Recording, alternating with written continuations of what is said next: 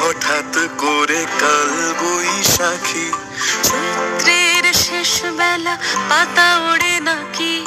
গত বছরের মায়া ভেঙে যাবে বলে, রাজপথ ভেসে গেছে অচেনা কাজলে, দু চোখে হঠাৎ করে কাল বৈশাখী,